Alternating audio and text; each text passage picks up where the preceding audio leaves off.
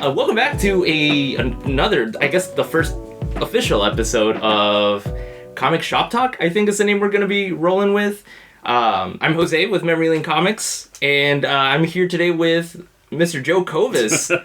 Joe, welcome, man. Thanks for being here. Thanks for having me, man. Dude, yeah, and you are the wonderful, talented artist behind our shop exclusive #1 TMNT cover. Dude, I love it. I love the reference. The Super Hot Fire meme is legendary. It's iconic, man. I wanted something that was gonna, grab the attention of people who actually understand the reference. And yeah. It just seems so fitting for Michelangelo to be in that, central position, and his brothers around him just, It fits their personality so perfectly, man. They're just a bunch of goobers. I absolutely love it. Yeah. No, and I'm stoked for the book itself, too, man. I've been wanting to jump into TMNT for a while, and this is it, man. I'm after this, I'm definitely going to go back and reread just all of the IDW ongoing stuff. Man. It's going to be a really good jumping on point, and then you've got so many different artists that are going to be putting their spin on the characters, And, to start off with, Joelle Jones and, put her artwork over Jason Aaron's words, it's just like... What a team up. Yeah, really, though, That's crazy. Jason Aaron is so talented. And Joelle Jones. This is a match made in heaven, man. It's unreal. And this is kind of like your first cover on a bigger... Yeah. A bigger book. Yeah. First, major thing I've ever done professionally. I've got published work under my belt. I did interiors. I've done a few covers here and there. Nothing really major. Mostly small publisher type of stuff. But this is the first time my name is on anything this big. Yeah. So, and these characters mean so much to me on a personal level that it's Yeah. It feels really good. It's very surreal, and man, it's like having IDW retweet your stuff. It's what? Yeah. So Holy cow. Dude, that is too cool. Yeah, you've done interiors in Tales of Cape Fear. Yep. Yeah. And Hellfire Verdict as well. Yeah. I did a book called Tales of the Bizarre as well. A lot of anthology work, small press stuff. I'm actually, I just got hired on to do another anthology called Cthulhu Invades Fairy Tale Land. No way. So that's going to be fun. I'm doing The Lady or the Tiger is my fairy tale that I've been assigned. So it's going to have a very gothic horror spin to it, with That's the cosmic horror kind of. Yeah. So it should be pretty cool. And then I've got another project, which I'm not sure I'm really allowed to say much about, but it's with another fellow Turtles artist who's actually doing writing duties on this one, and that'll be a full back-to-front 28-page comic book that I'll be doing interiors for. So hopefully I'll have more details about that soon. But dude, I'm looking forward to it, man. That's awesome, man. Anything cosmic horror, Cthulhu mythos. I'm always super, super down. Yeah.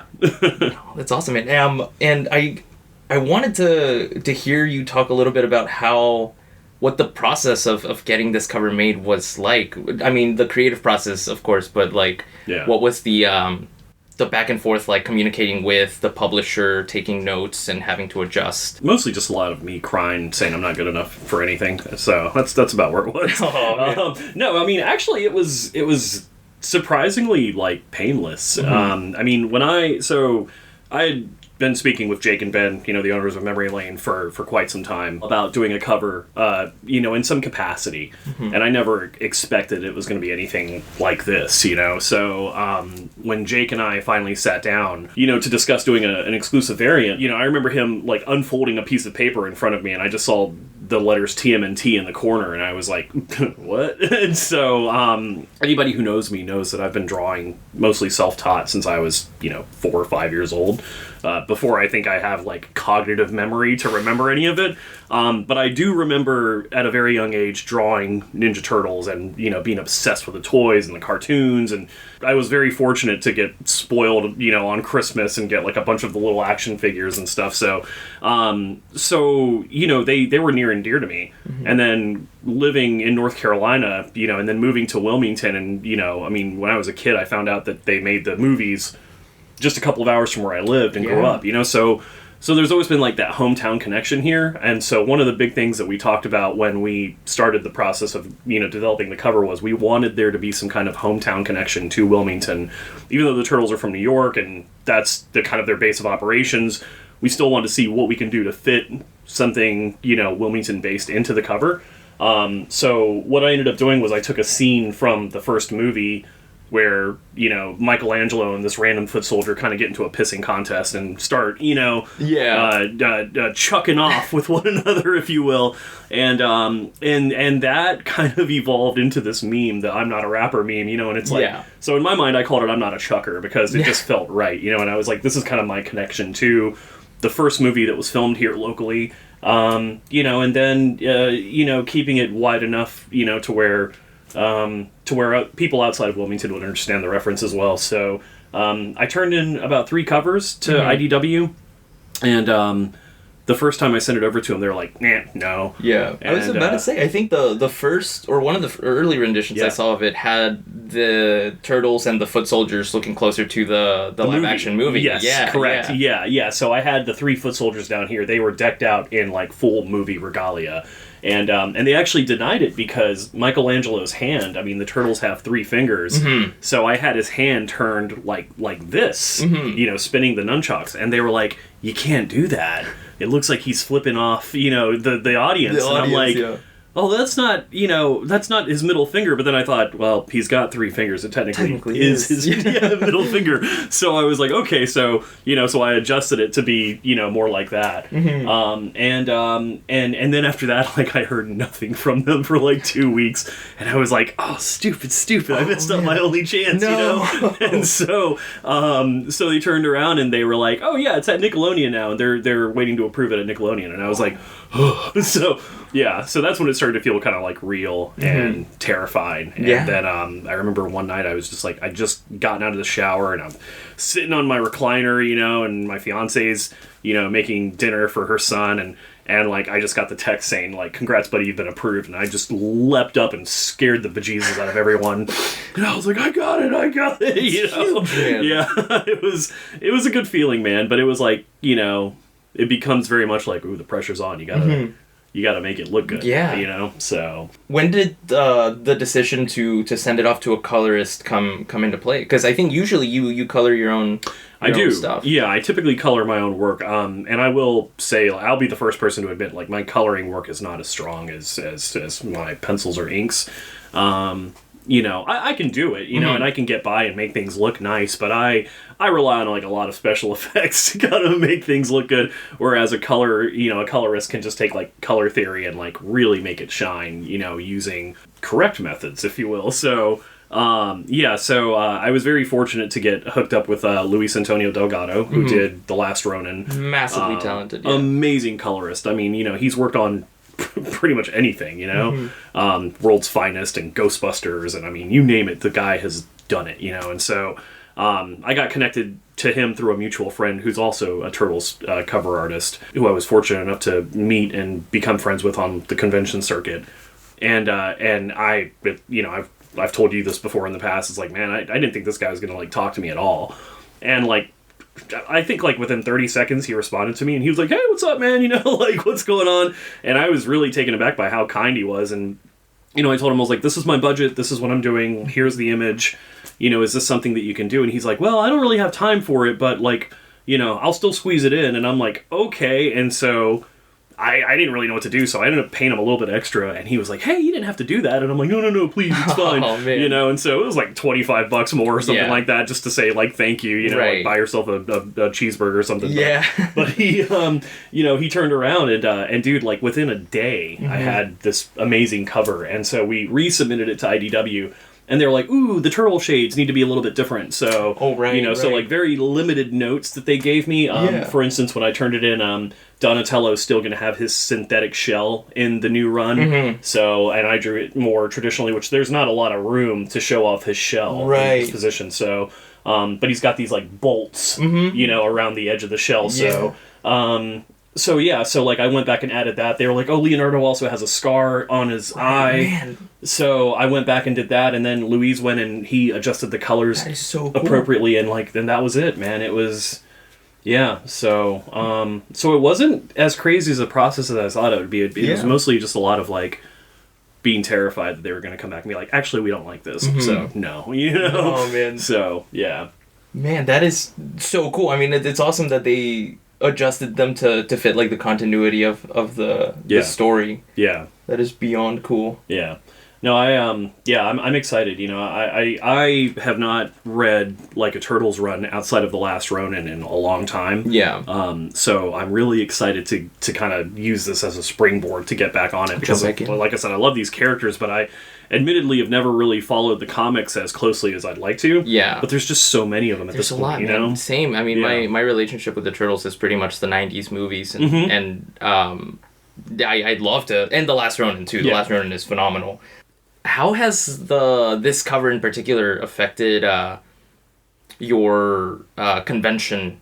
Yeah, it's kind of I feel like it's not done too much for me just yet. It's really gotten people excited about the prospect of the release, you know.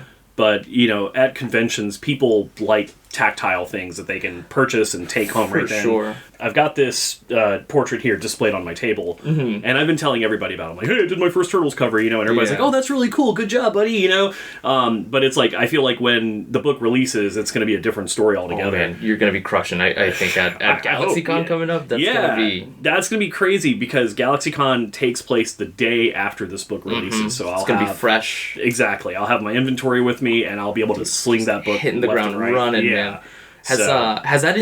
Has it given you an opportunity or like introduced you to new people, new artists, and it really has. Surprisingly enough, I actually did get to meet Joelle Jones at GalaxyCon Richmond earlier this year, and my fiance, who's also an incredible artist here locally in Wilmington as well, is a massive Joelle Jones fan. So we got to GalaxyCon and we knew that Joelle was going to be there.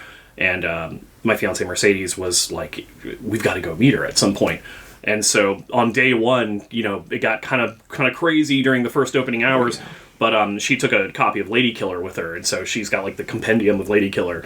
And so she's like, okay, I'm going to go get a remark and talk to her for a minute. So she comes back like half an hour later, and she's just got this like this smile from ear to ear, and she's like, she was amazing, and she's so cool. And so wonderful. So the next morning, we usually, when we do conventions, we like to get there a little bit early in the day, so that way we make sure our table's, you know, spruced up for the day and looking good.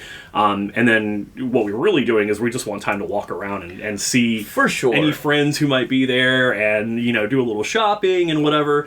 And so we saw that Joelle was at her table that morning, and so, you know, Mercedes strikes up a conversation with her again, and she was working on a commission that she had got hired to do. And Joelle was kind enough to sit there and chat with us for a few minutes. So I asked her, I was like, I know you're doing some work on Turtles coming up. I was like, what exactly are you doing? Because this was when the news was still fairly early that she, you know, had jumped on board. And she's like, oh, I'm doing the first issue. And I was like, what? You know, and like immediately I was so hyped because I had already had this image completed. Yeah. So I told her, I was like, I'm doing a variant cover, you know? And she's like, oh, for real? And like immediately like her demeanor changed to like colleague mode, you know? And it was so cool because she was asking me some of the same things. She was like, what's it like, you know, what was your experience working with the publisher? Because this is what it was like for me. And everything was really positive, you know, but it's like we were like sharing like notes about what was said to us as far as so like, cool. You know, edits and critiques go. And then like she saw the cover and she was very complimentary of it. And like, I was like, I looked at Mercedes like, I can die happy now. Like Joelle Jones complimented my work. So, but yeah, unreal. We just did Heroes Con a few weeks ago. You said they put you adjacent to like a bunch of other Turtles creators as well. We jokingly called our section Turtle Island. Yeah. Because it was myself, it was Noah Salt, who's done a bunch of B covers for The Last Ronin. He's done B covers for the 150 issue that just came out recently. He's doing this one. He's worked on like Thundercats, a bunch of cool stuff. He's become a really dear friend of mine. And he was like on the corner, like kind of adjacent to us. And then next to him was Ben Bishop, who is doing, you know, Re-Evolution, and he's doing, you know, he did Last Ronin, and he's doing a bunch of great Turtles work. He like developed the characters for Last Ronin 2, you know, the new one that's out. So he was directly behind me. So I got to meet Ben Bishop, got to meet Sarah Meyer, who does the Saturday morning cartoon adventures, who's just a delight. If you ever get a chance to run into them at a convention, they are just incredible. Yeah. But I got to talk to a lot of different Turtles artists who were there, and it was really cool to like talk to these people about like our shared love of these characters, and then like get to show off our work on them, you know. So, and I feel like such a newbie because it's like, you guys have been doing this for years, and like I've got got my one cover, you know. You got to start somewhere, and that's so cool that it was like, you know, a pretty like welcoming, super welcoming, chill environment. You know, you're in there, man. That's nobody's there like trying to do like intimidation tactics. Nobody's there trying to like, you know, haze the new guy. If like they pick on you, it's all in good fun, and like it's very clear that like, you know, everybody there is like really tight with one another. So I mean, and not even just in the Turtles art scene, but like in general, that comic book community. Like I've never met any one of those artists who feels like they're too big for their own britches. Yeah. You know, everybody's been super chill. I think it reflects in their work, too. There's a lot of love for the characters and for the stories. I mean, just like Last Ronin alone, that is you can tell, like, the amount of love and fandom, I guess, that went into putting that book together, too. Yeah. Like, it takes...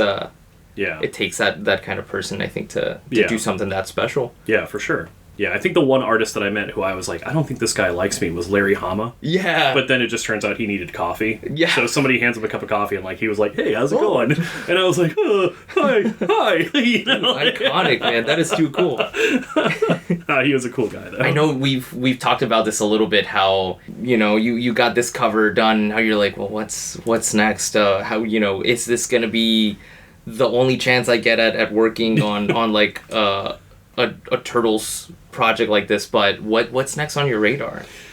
That's a great question, man. And it doesn't have to be like, it can be like Blue Sky, like if you could do anything, work on any other franchise or book, or even just go back to Turtles. And the Turtles are something that like I can draw with my eyes closed. They're the one group of characters that like I will be able to always draw, you know, like without needing much of a reference. But I would also, I mean, like, if IDW were to come back to me and they're like, hey, we liked your Turtles cover, we want you to do something else, like, I would love to take a crack at Godzilla.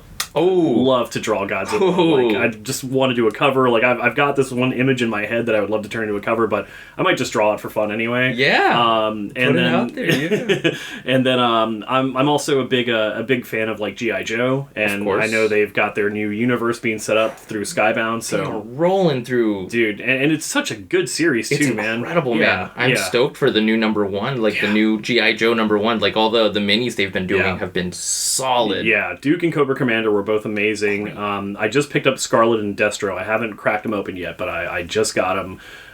They're very like different from one another. They all have like their own like flavor. In a way. Their own like subgenre. They're super fun. And Tom Riley and Williamson coming back for G.I. Joe, dude. They crushed the Duke series. That was incredible. I love Williamson's writing so much, and then all of the artists they've gotten to work on these have like really matched the tone really well. Absolutely. So I'm really excited to see where they go moving forward. But yeah, no, I mean, you know, as far as those fandoms go, and it's funny too because like everybody's like, oh, you know, like Marvel, you know, DC, and it's like I have massive love for both those two, you know, companies.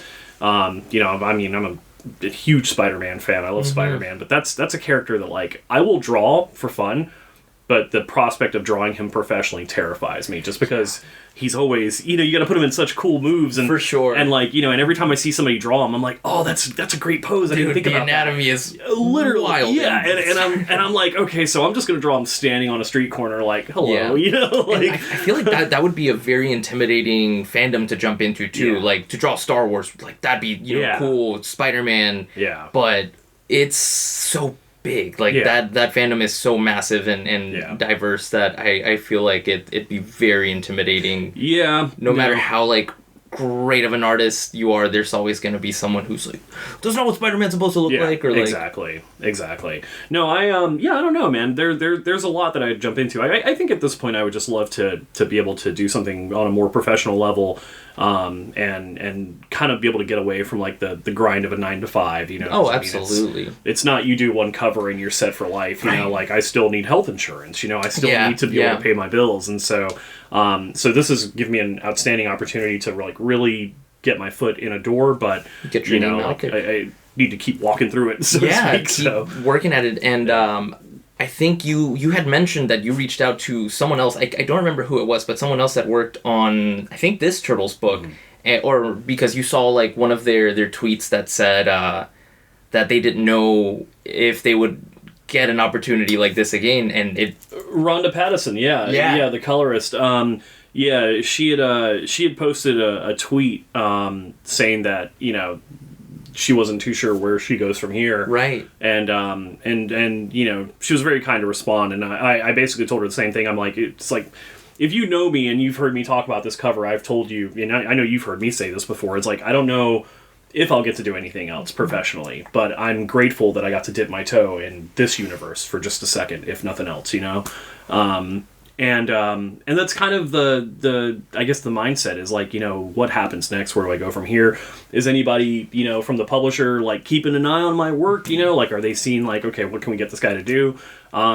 You know, realistically, my mind probably says no. You know, they're too busy for that. You know, I would argue otherwise, man. Maybe I don't know. I feel like in you know, this kind of industry, like once people like get to know your work, once your name is in their mind, they'll be like, they'll always think back to you. Like if they need a variant cover, they might be like, oh, Joe did a really good you know, shop exclusive, let's get him on you know, issue 5 or something. That's the hope, man. I mean, that really is the hope. And like I said, you know, I've gotten a couple of projects coming up that you know, one of them especially was, you know, given to me from a fellow Turtles artist who, you know, is writing his own stuff and is like, yeah, I'm doing this post-apocalyptic Mad Max style wasteland kind of story, and I think you would, you know, work well for it. And it's like, I got that because of this, you know. And you know, he's seen my other work before as well, but I feel like, you know, I feel like you do something like this, it shows that you have what it takes to you know, follow deadlines, make sure stuff is completed and done when it's supposed to be. You can take edits. So yeah, you know, I mean, it's you know, the hope is there to continue to get work. But, for sure. You know, if something happens and this is it, you know, then it's like, all right, well, at least I got to do this. Yeah. So. I think there's a future ahead of you, man, for sure. I appreciate that. Like you said, it shows that you are able to work with all these like deadlines and notes. Like you're easy to work with, and you're talented. Like there's, you know, that speaks volumes, I think. Yeah, I appreciate that, man. No, of course, man. But we have, I don't think, we haven't talked about this. We have a signing event coming up. Yes. For the release of the number 1. Yeah. It's going to be here in downtown Wilmington at Bespoke. It's like a coffee dry goods shop right across from us. But we have a Facebook event with all the information. But it's going to be from 6 to 8. Joe is going to be there signing copies of his cover. It's going to be a pizza party also, so we're going to be slinging free pizza. They're going to keep the coffee running too. It's going to be a blast. And we're also going to be raising money for a local sea turtle rescue and rehabilitation. Yeah. I think it's the Karen Beasley Sea Turtle Rescue and Rehab Center.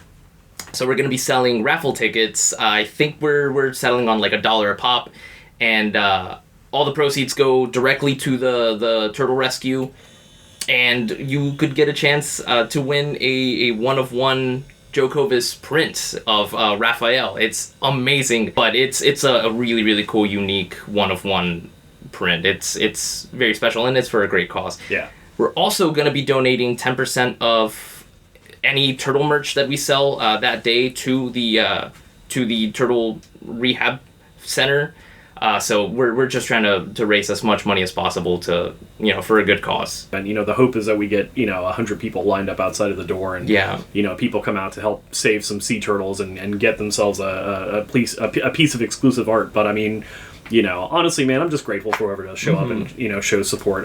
You know, it's very, it's very humbling to like, you know, have people come out and tell you that they appreciate your artwork, and it's, you know, that's all we do it for. Whether it's 10 people or 100 people, literally, it's going to be a wonderful time. Oh, yeah. It's going to be a blast, and we're going to do some good for some turtles too. Yeah, for sure. And I set up pre-orders a while back on my website to have people purchase, and we've already got a bunch of people, you know, local and some not local, and some folks that I don't even know who have pre-ordered it. And I'm like, wow, all right. I just had a comic shop pick up a pre-order, and dope. They asked for like 2 signed copies, and they're like, on one of them, can you make it out to our comic shop? And I'm like, yes. That's so cool, amazing. man. Yeah, so that should be pretty neat. That's so wonderful. And there's still time to pre-order your cover too. Yeah.